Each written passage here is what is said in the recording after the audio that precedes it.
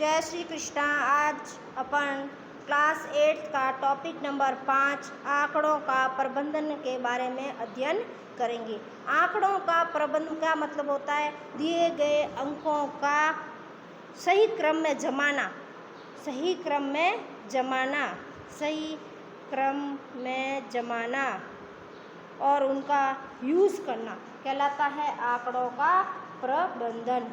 देखिए, इसको समझने के लिए जैसे ये कह रहा है सूचनाओं की खोज में क्या है, आपने दैनिक जीवन में आपके सम्मुख निम्नलिखित प्रकार की सूचना क्या पर डे अपनी क्या क्या न्यूज़ आती है अपने साथ। जैसे ये कह रहा है पिछले 10 टेस्टों में एक बल्लेबाज द्वारा बनाए गए कुल रन।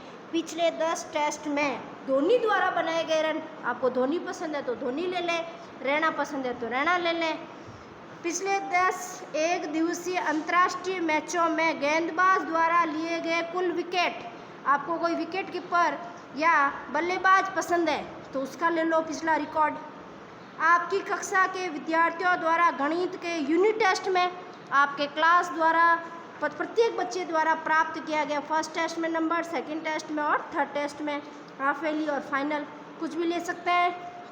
और आपके मित्रों में से प्रत्येक द्वारा पढ़ी गई कहानियों की पुस्तकों की संख्या, बहुत इंटरेस्टेड पढ़ते हैं आप, लाइब्रेरी से किताबें लेके आते हैं और उस किताबों को पढ़ते हैं, वो कहानियों वाली किताबें। कभी कभी आंकड़ों को यह सुस्पष्ट करने के लिए कि वे क्या निरूपित करते हैं आलेख के रूप में निरूपित किया जाता है इन विभिन्न प्रकार के आलोक। अब अपन क्या करेंगे, आंकड़ों का प्रबंधन के अंतर्गत अपन आलेख सीखेंगे, मतलब चित्र बनाना। क्या सीखेंगे? चित्र बनाना। अब चित्रों द्वारा अध्ययन करेंगे, चित्रों द्वारा अध्ययन करेंगे।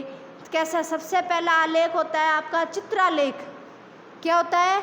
चित्रालेख। सबसे पहला कौन सा है लेख? आलेख कौन सा है?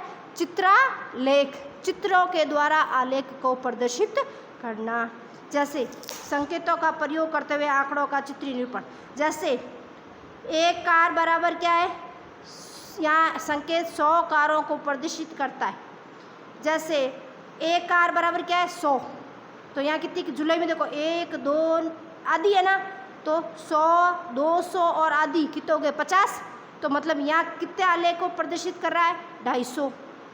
किसको कर रहा है? 250 को। यहाँ देखो 100, एक कार 100 के बराबर है, 100 200 300, तो ये कितने के बराबर आ गया? 300। इसी तरह देखो 100 200 300 और ये कितने हो गए? 400। अब इसमें क्वेश्चन क्या पूछ रहा है चित्रालेख में? पहला क्वेश्चन पूछ रहा है कि जुलाई के महीने में कितनी कारों का उत्पादन हुआ। ये रहा जुलाई, जुलाई में कितना हुआ? 100 200 और 50, कितनी? 250 कारें। किस महीने में कारों का अधिकतम उत्पादन हुआ? देखो 3 कार अगस्त में और सितंबर में कितनी है? 4। तो किस महीने में उत्पादन अधिक हुआ? सितंबर में। किस में अधिक हुआ? सितंबर में। यह है आपका पहला ग्राफ, चित्रालेख द्वारा आंकड़ों का प्रबंधन, आंकड़ों का प्रबंधन। अब आपका इसका दूसरा है एक दंड आलेख। कौन सा आलेख? एक दंड आलेख, मतलब डंडा खींचना। क्या कह रहा है? एक समान चौड़ाई के दंडों का प्रयोग करते हुए, एक समान चौड़ाई के दंडों का प्रयोग करते हुए सूचना का प्रदर्शन जिसमें दंडों की लंबाई यानी ऊंचाई क्रमशः उनके मानों के समानुपाती होती है। ये रहा देखो दंड आलेख। क्या कह रहा है? 2003 2004, यहाँ तो आगे शैक्षिक वर्ष। दंड आलेख में ये एक्स अक्ष पर क्या आएंगे? शैक्षिक वर्ष। ये एक्स अक्ष होता है आपका ग्राफ बनाते हैं तब, और ये आपका वाई अक्ष होता है। एक्स अक्ष पर क्या लिया? शैक्षिक वर्ष, और वाई अक्ष पर क्या लिया? कक्षा 8 के विद्यार्थियों की संख्या। मतलब एक्स अक्ष पर 2002 2003 और 2004 में क्लास 8वीं के कितने बच्चे थे? 100। ये यहाँ से 100 मैच कर रहा है।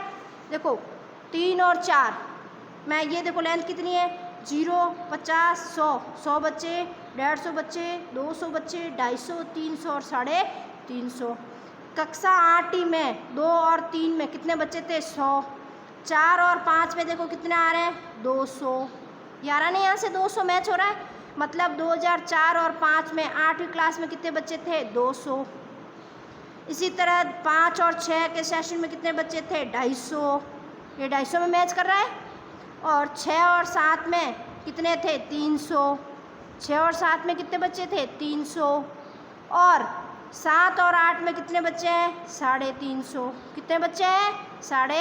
350। ये दंड है।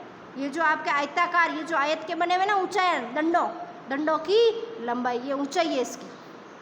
अब क्या करा है इसमें क्वेश्चन, इस दंड आलेख द्वारा क्या सूचना दी गई है कि शैक्षिक वर्ष में क्लास 8वीं के विद्यार्थियों की संख्या। भाई ये किस लिए बना हुआ है? हमें शैक्षिक वर्ष दे रखा है, मतलब 2003 और 2004, 4, 5, 5, 6, 6, 7, 7, 8 में बच्चों की संख्या, क्लास में 8th क्लास में बढ़ते हुए बच्चों की संख्या, ये सूचना दे रहा है। किस वर्ष में विद्यार्थियों की संख्या में अधिकतम वृद्धि हुई? सबसे ज़्यादा कौन से सेशन में वृद्धि हुई? 7 और 8 में। बच्चे कितने हो गए? 350। किस वर्ष में वृद्धि हुई आपकी? ये वाली संख्या में अधिकतम वृद्धि किस वर्ष में हुई आपके? शैक्षिक वर्ष में 7 और 8 में। कितने बच्चे बढ़ गए? 350। किस वर्ष में विद्यार्थियों की संख्या अधिकतम है? 7 और 8 में। अधिकतम है कितनी है?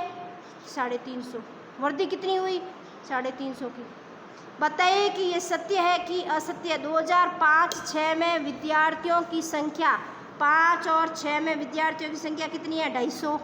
कितनी है? 250। कितनी है? 250। किसमें? 5-6 में। और 2003-4 की संख्या की दुगुनी है। 2003 और 4 की कितनी है? 100। कितनी है? 100। क्या कह रहा है? 100 है की दुगुनी है। 100 का मतलब क्या हुआ? 200। लेकिन यहाँ कितनी आ रहे हैं? 5 और 6 में कितने आ रहे हैं? 250। दुगुनी से भी अधिक है। भाई यहाँ 100 है ना, 3 और 4 में कितने हैं? 100। 100 का इसमें कितना होना चाहिए? दुगुना, 200। कितना होना चाहिए? 200। तो ये क्या है? 200 से भी अधिक है। कितने हैं? 200 से भी अधिक है। 200 से भी अधिक है। अब आपका है द्विदंड आलेख। क्या है? द्विदंड आलेख।